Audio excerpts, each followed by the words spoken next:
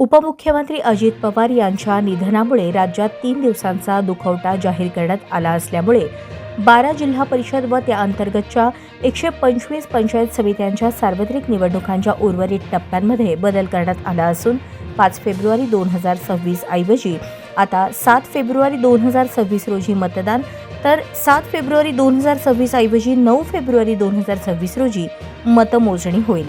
राज्य निवडणूक आयोगाने या जिल्हा परिषदा आणि पंचायत समित्यांच्या निवडणुकांसाठी 13 जानेवारी 2026 रोजी निवडणूक कार्यक्रम जाहीर केला होता.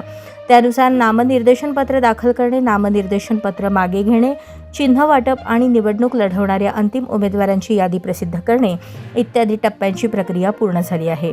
त्यापुढील मतदान, मतमोजणी आणि निवडून आलेल्या सदस्यांची नावे राजपत्राला प्रसिद्ध करणे हे टप्पे शिल्लक आहेत.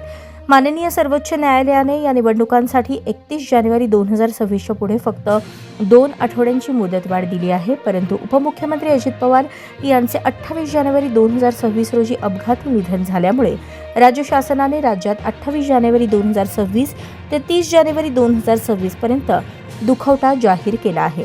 या कालावधीचा विचार करून जिल्हा परिषदा व पंचायत समित्यांच्या निवडणुकांच्या कार्यक्रमातील उर्वरित टप्प्यांमध्ये बदल करण्यात आले आहेत.